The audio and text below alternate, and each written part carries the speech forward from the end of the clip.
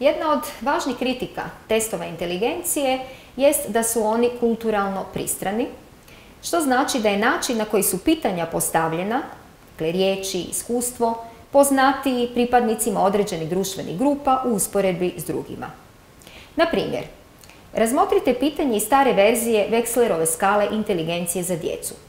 Što ćeš učiniti ako su te poslali kupiti štrucu kruha, a pekar kaže da više nema kruha? Ako mislite da je točan odgovor otići u drugu pekaru, u pravu ste.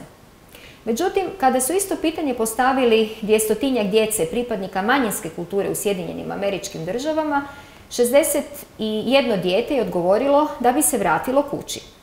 Objasnili su da su izabrali taj odgovor otići kući jer u njihovom susjedstvu nema druge pekare u kojoj bi se mogao kupiti kruh. Ljudi se prilagode okolini u kojoj žive i ono što je primjereno u jednoj okolini nije u drugoj. Tako se inteligencija izražava različito u različitim kulturama. U jednom su zanimljivom istraživanju istraživači pitali članove naroda Kpele u Liberiji da razvrstaju 20 predmeta. Kpele su razvrstali predmete u funkcionalne skupine, a ne kategorije. Na primjer, nož s jabukom, krumpir s motikom.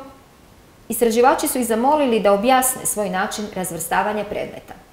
Odgovorili su da mudra osoba može razvrstati predmete jedino na taj način, dok će glupa osoba razvrstati predmete po kategorijama, nož, pilica itd.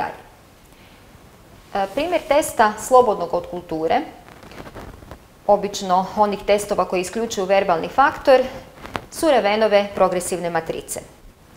Na ekranu vidite primjer jednog zadatka iz tog testa.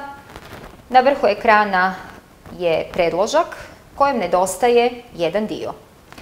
Ispod tog predloška nalazi se 6 crteža, trebate odabrati onaj koji će upotpuniti prazninu na predlošku. Pretpostavljam da ste svi odabrali crtež broj 4.